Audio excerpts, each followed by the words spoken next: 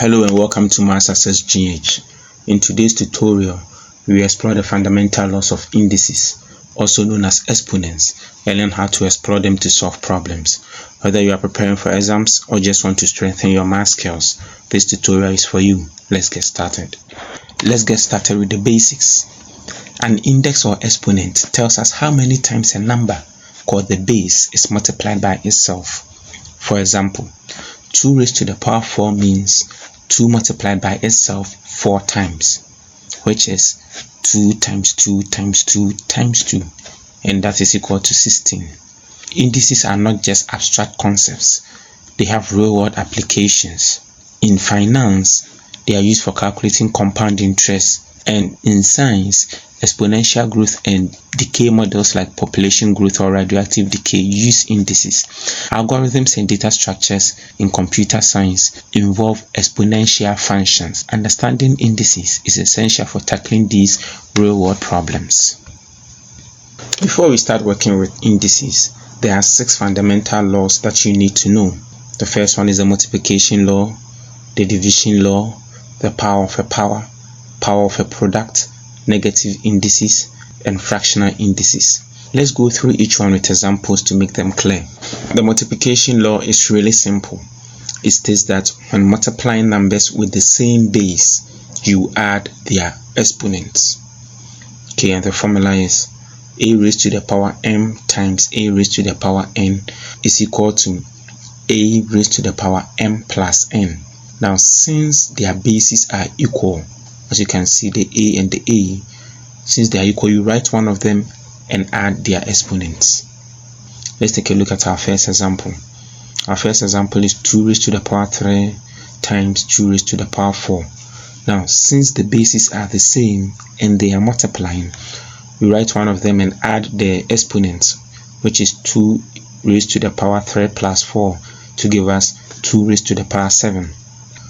Let's take a look at our second example. Second example is 7 raised to the power 2 times 7 raised to the power 3 times 7.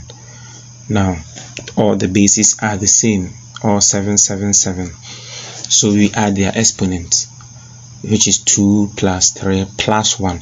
Now we are writing 1 because whenever a number does not have an exponent, the exponent is 1.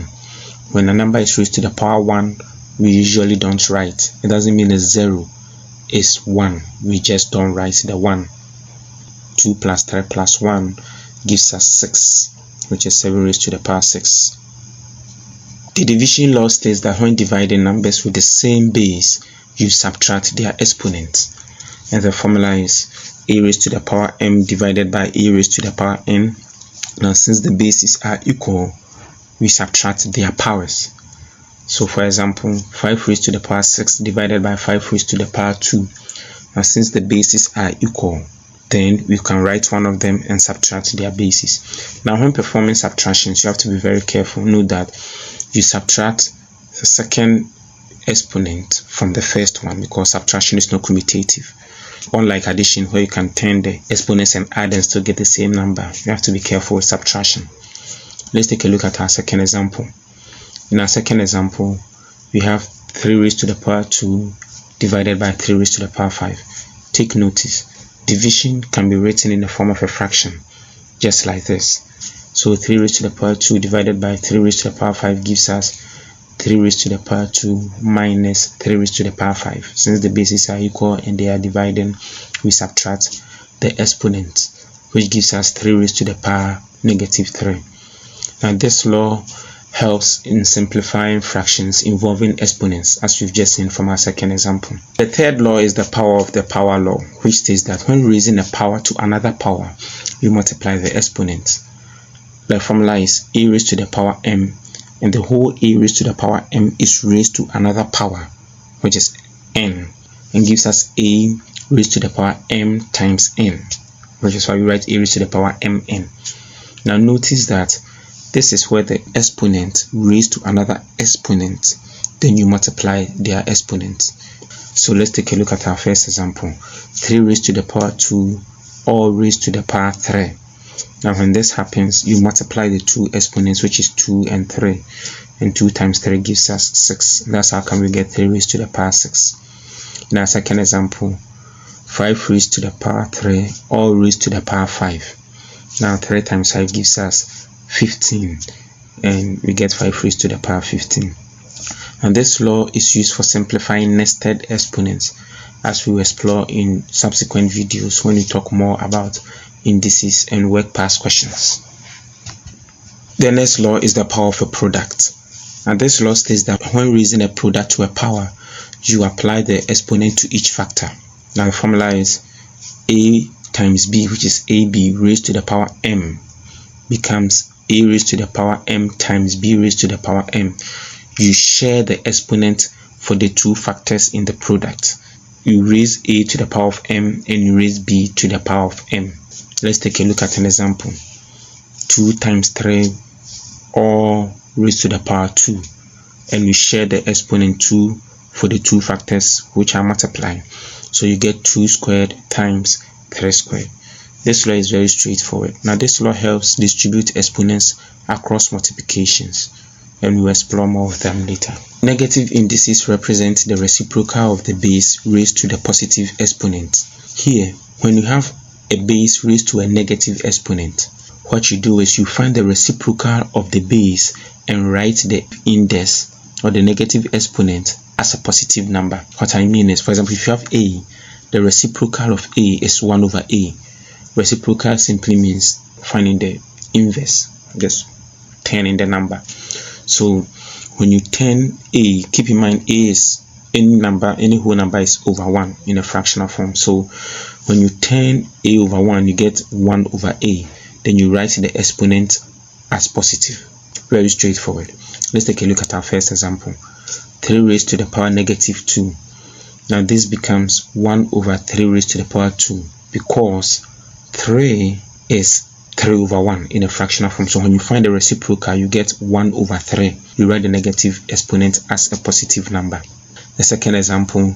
Now take a look at this. This law works the opposite way too. You can be given the reciprocal of a fraction where you have a positive exponent and you'll be required to write it back as a negative exponent. So 1 over 5 exponent 3. The same thing, you find the reciprocal of 1 over 5 and that gives you just 5. And then you change the positive exponent to negative. This works both ways and we'll explore more of that. Fractional indices. Any number with a fractional exponent, like m over n, means the nth root of the base raised to the mth power. What this means is, if I have a base a raised to the power of fraction m over n, then the n becomes the nth root of that number and the m becomes the mth power. Don't get confused. What this simply means is the n becomes the root of the number raised to the power the m. Let's do a quick example. You get it. 8 raised to the power 1 over 3.